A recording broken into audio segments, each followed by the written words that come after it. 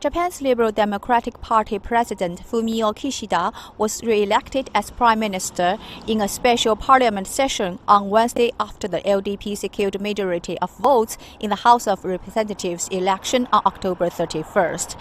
Having served as the Prime Minister for around a month after coming into power on October 4th, Kishida will launch his second cabinet Wednesday afternoon as his cabinet resigned en masse as required by the Constitution prior to the three-day diet session through Friday.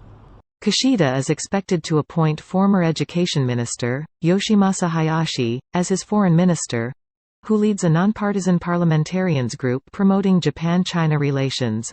Most of the current cabinet members will remain unchanged, as it was launched last month.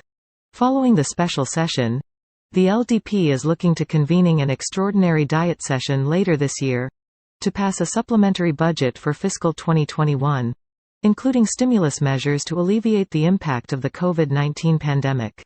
Kishida also aims to achieve salary increases for care workers, nurses and nursery school staff.